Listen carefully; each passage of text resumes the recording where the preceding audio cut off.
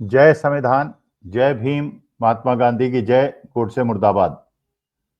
देखिए, मैं प्रधानमंत्री नरेंद्र मोदी जी की बहुत ज्यादा इज्जत करता हूं और मैं प्रयास करता हूं उनके खिलाफ कोई शब्द ना बोलूं, उनकी शान में कोई गुस्ताखी ना करूं। लेकिन क्योंकि मेरे प्यारे भारतवर्ष के वो प्रधानमंत्री हैं तो मैं राय देते रहता हूं। तो राय देना तो देखिए एक अच्छी बात है, उसे निंदा नहीं समझना चाहिए, उसको राय समझना चाहिए। और मोदी जी की मैं इज्जत करता हूं, दिल से इज्जत करता हूं, ये बात तो मैं पहले स्पष्ट कर दूं अपने कार्यक्रम को शुरू करते समय। देखिए, माननीय मोदी जी से मैं ये निवेदन करना चाहता हूं कि देखिए, बड़नगर की राजनीति, जैसे आप बड़नगर के रहने वाले हैं, जहां आप कहते हैं कि बचपन में आपने चाय बेची है और स्टेशन पे चाय बेची है। अब आरटीआई के खुलासे से तो पता चल रहा है कि वहां जब आपने कहा कि आपने चाय बेची है तो वहां रेलवे स्टेशन ही नहीं था। तो भैया, रेलवे स्टेशन नहीं था तो चाय कैसे बेची? खैर, चलिए, वो एक छोटा सा मुद्दा है। असली मुद्दा यह है कि मोदी जी, आपको शायद ये समझना पड़ेगा कि राष्ट्रीय स्वयंसेवक संघ का कार्यकर्ता होना और भारत के जिस प्रकार का पूरा सामाजिक गणित है उसको देखते हुए, और जहां पे 85% हिंदू हैं और 12% मुसलमान हैं, वहां पर जो सामाजिक और राजनीतिक कार्यक्रम चलाना वो एक अलग मुद्दा है। लेकिन अंतरराष्ट्रीय जगत में जो विदेश नीति है, मोदी जी, वो बड़नगर की राजनीति नहीं है, वो आरएसएस की राजनीति नहीं है, वो उससे बहुत अलग है। और मैं एक आपकी आपसे खैर आपसे तो 1-1.5 साल छोटा ही हूं, लेकिन तब भी अब मैं अध्यापक रहा हूं तो मेरा नेचर है लोगों को राय देना, चाहे वो मांगे ना मांगे। तो मैं आपको भी राय दे देता हूं, अगर आप चाहें तो माने, ना चाहें तो ना माने। आप तो देश के प्रधानमंत्री हैं और मैं एक सामान्य आम आदमी हूं।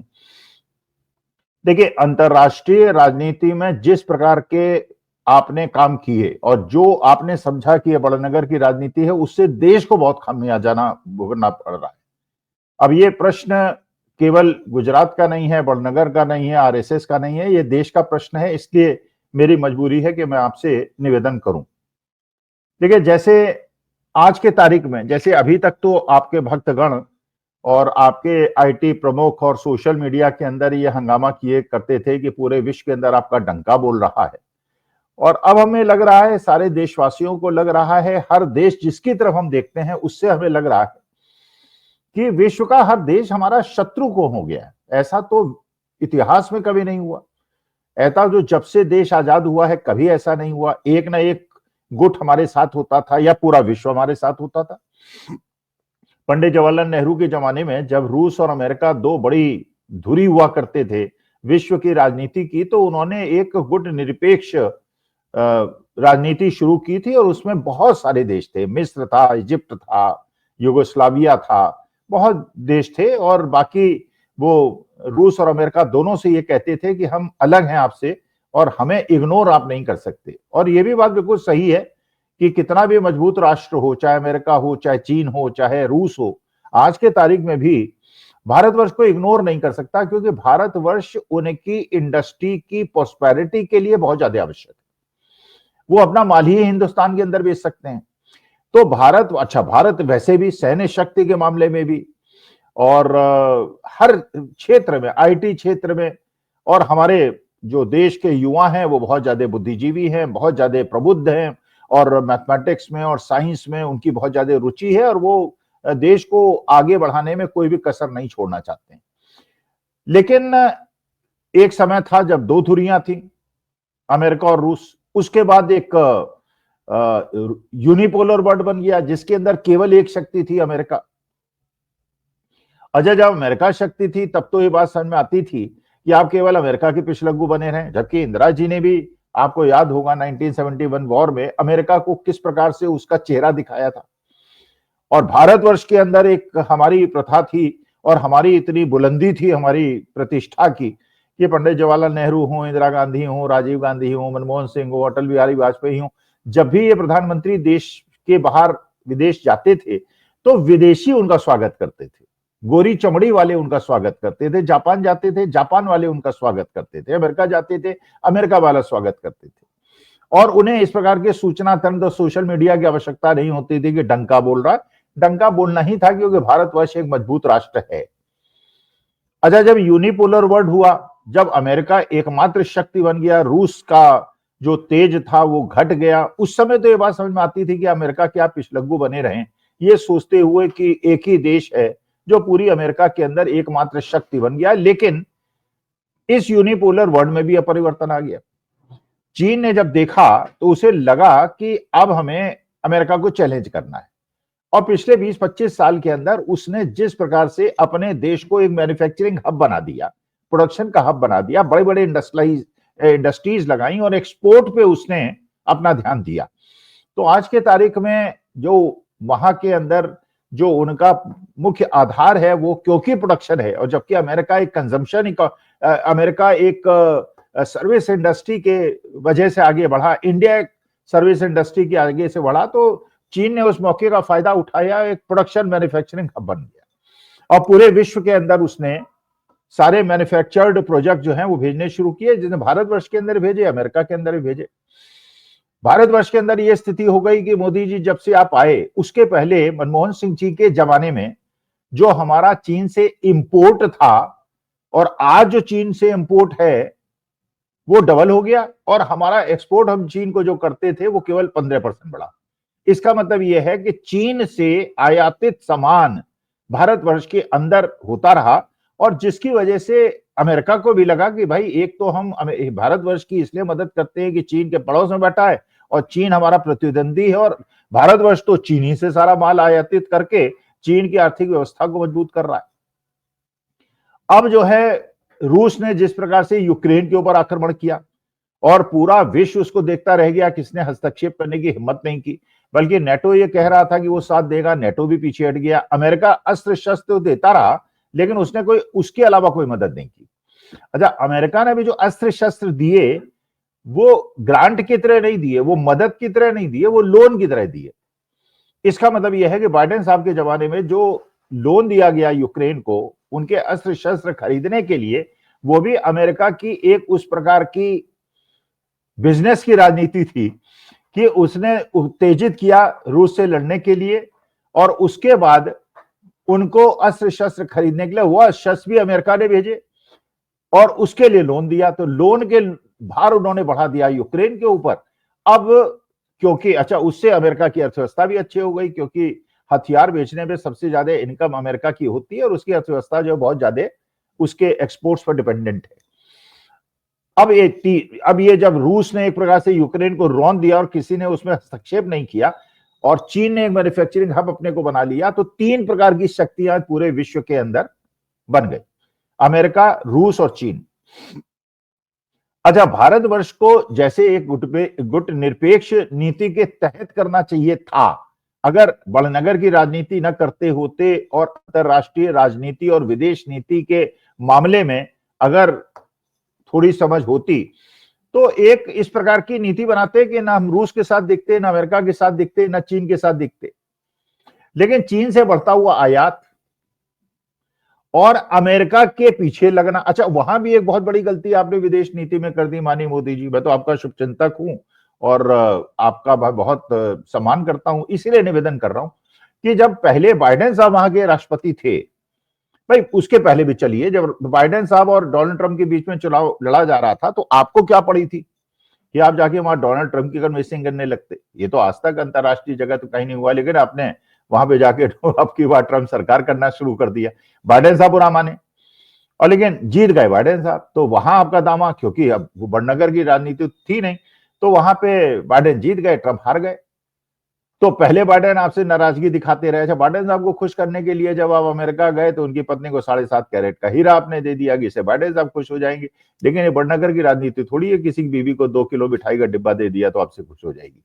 लेकिन चलिए, बाइडेन साहब ने अपना खूब मतलब निकाला और अपना माल आपको बेचा और अपनी इंडस्ट्री को प्रॉस्पेरिटी की तरफ ले गए। अच्छा, फिर आपने गलती कर दी, फिर बड़नगर की राजनीति आप उसको समझ गए। जब इस बार भी इलेक्शन डोनाल्ड ट्रंप और बाइडेन के बीच में हुआ तो आपने ये गलतफहमी पाल ली कि बाइडेन जीत जाएंगे, और आपने इस बार जब अमेरिका मिलने गए तो वहां पे आप बाइडेन साहब से मिलने गए, जबकि डोनाल्ड ट्रंप ने पब्लिकली अनाउंस कर दिया कि मेरा friend, my friend Modi is coming to meet me. अच्छा, वहां जाके आपने इग्नोर कर दिया डोनाल्ड ट्रंप को, उनसे नहीं मिले, बाइडेन साहब से मिले और कमला हैरिस से मिले और ट्रंप से, अब ट्रंप को आपने नाराज कर दिया और बाइडेन हार गए और ट्रंप जीत गए। अब ट्रम्प जीत गए तो वो आपसे बदला निकालने को तैयार बैठे हुए हैं। तो एक शक्ति जो आपकी तरफ से हो सकती थी, अगर आप पिछली बार जब गए थे तो आप बाइडेन और डोनाल्ड ट्रंप के इलेक्शन में किसी की साइड न लेते, या जब आप बाइडेन साहब प्रेसिडेंट थे वहां मिलने गए थे तो आप डोनाल्ड ट्रंप से भी मिल लेते। इसमें बाइडेन थोड़ी बुरा मानते। आज भी देखिए विदेश के कोई डेलीगेशन आते हैं, मोदी जी से मिलते हैं, सोनिया गांधी राहुल गांधी से मिलते हैं, क्योंकि वो जानते हैं राजनीति देश की कभी भी बदल सकती है और जो विपक्ष में बैठा है वो भी सत्ता में आ सकता है। इसलिए वो दोनों साइड के, और ये डेमोक्रेसी के अंदर इस चीज पे कोई बुरा भी नहीं मानता है। तो अमेरिका अब जो है, डोनाल्ड ट्रंप उस बात की खुंदक खाए बैठे हुए हैं। जैसे अब वो कह रहे हैं कि जैसे एक बिगड़ा हुआ आशिक होता है, एक नाराज आशिक होता है और वो किसी हद तक जा सकता है, डोनाल्ड ट्रंप उसी प्रकार का बिहेवियर कर रहा है। वो लगातार हम लोग पे, भारतवर्ष पे इस, क्योंकि आपने वहां पे बाइडेन साहब से मिले, उनकी पत्नी को 7.5 का हीरा दिया और डोनाल्ड ट्रंप साहब की पत्नी को नहीं दिया, तो वहां पे लगातार दबाव बना रहा है।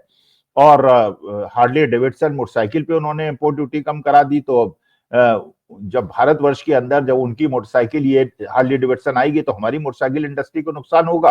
अच्छा, फिर वो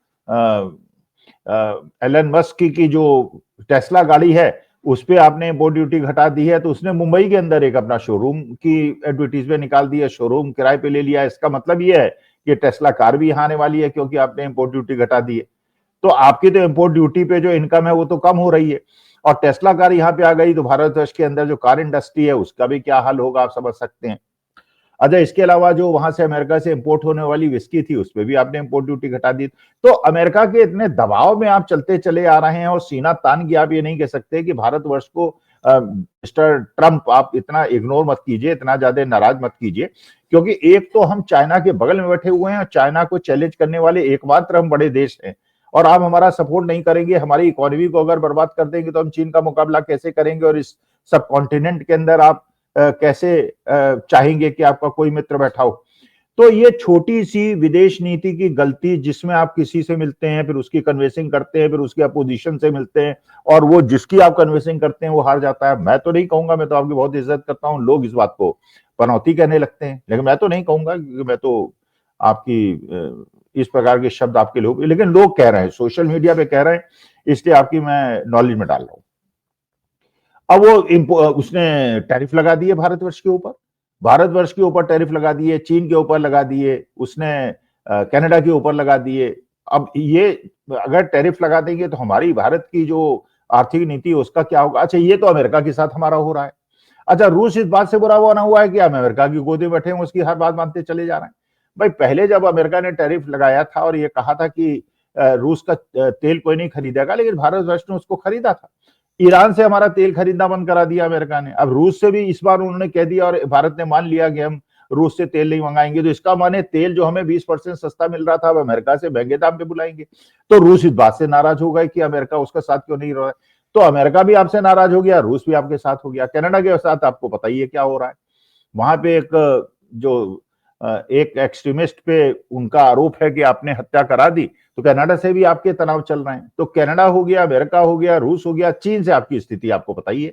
अच्छा, आपके बगल में बांग्लादेश बैठा हुआ है, जहां आपकी मित्र एक प्रधानमंत्री थी, और वो अडानी साहब को पावर प्रोजेक्ट दे के और महंगे दाम पे खरीद के अडानी जी को फायदा पहुंचाया करती थी, उसको भी वहां की सरकार ने पलट दिया। श्रीलंका के अंदर भी जिस राष्ट्राध्यक्ष से आपने समझौता करा के अडानी जी को पावर का कॉन्ट्रैक्ट दिलाया था, उसकी भी सत्ता पलट गई, वो भी चला गया। केन्या के अंदर भी यही हालत है। आपके खिलाफ ऑस्ट्रेलिया और इजराइल में अडानी साहब के खिलाफ जो है आंदोलन चल रहा है। अमेरिकन कोर्ट जो है अडानी साहब को पकड़े हुए।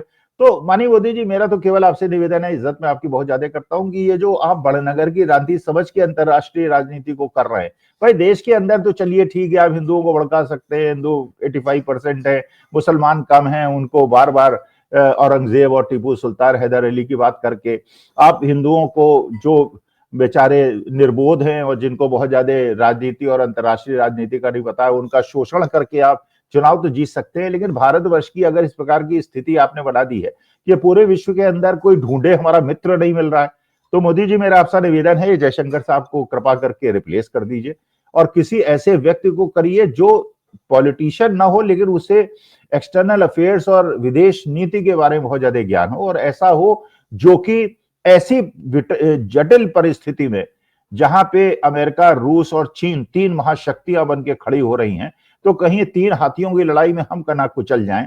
तो क्योंकि मैं भारतवर्ष का पुत्र हूं और भारत माता पे मुझे नाज है, और हमेशा से मैं ऐसा समय देखता आया हूं कि हमारे देश की तूती बोला करती थी पूरे विश्व के अंदर, और डंका बोला करता था, और पिछले 10 साल से तो बुरी हालत थी ही थी। अब धीरे धीरे पिछले 2-3 महीने से तो ऐसे ही लग रहा है हमको कि हमारी परिस्थिति हर देश से खराब होती चली जा रही है। डंका तो बोलने की बात छोड़िए, डंका जो है उसकी हालत ही खराब हुई है, डंका ही फट गया है। तो मोदी जी, आप कृपा करके किसी प्रबुद्ध व्यक्ति, और जो प्रबुद्ध लोग होते हैं उनको मोदी जी बोलने दिया कीजिए। आप को बहुत ज्यादा ऐसा नहीं है कि हर सब्जेक्ट की आप माहिर हैं, एंटायर पॉलिटिकल साइंस में आपने एमए किया हुआ है, वो भी एक कंट्रोवर्सी चल रही है। 77 में किया है, 78 में किया है, डिग्री भी आप नहीं दिखा रहे हैं, वो भी हाई कोर्ट में मुकदमा चल रहा है। लेकिन ऐसे लोगों को, क्योंकि देखिए चाणक्य ने कहा था मोदी जी कि जिस राज्य के अंदर मंत्री निर्भीक होकर बोलते हैं वही राज्य सुखी होता है। अब आप अपने सेक्रेटरीज के नहीं सुनेंगे, अपने एडवाइजर्स के नहीं सुनेंगे, हम जैसे लोग जिनका कोई वेस्टेड इंटरेस्ट नहीं है उनकी नहीं सुनेंगे, हर चीज में अपनी आप थोपेंगे, तो उससे इसी प्रकार की गलतियां होंगी और देश की स्थिति खराब होगी। तो मैं आपका सम्मान करता हूं, इसलिए आपसे निवेदन करता हूं कि राष्ट्रहित में लोगों की बात सुनना शुरू कीजिए, और केवल अमित शाह और गुजरात के आपके केतन पारेख और अंबानी अडानी के कहने पे काम मत कीजिए, क्योंकि देश का नुकसान हो जाएगा, और देश आपका भी माता समान है, मेरी भी माता समान है, तो इस प्रकार से तो हम भाई भाई हैं। नमस्कार, धन्यवाद और प्रणाम।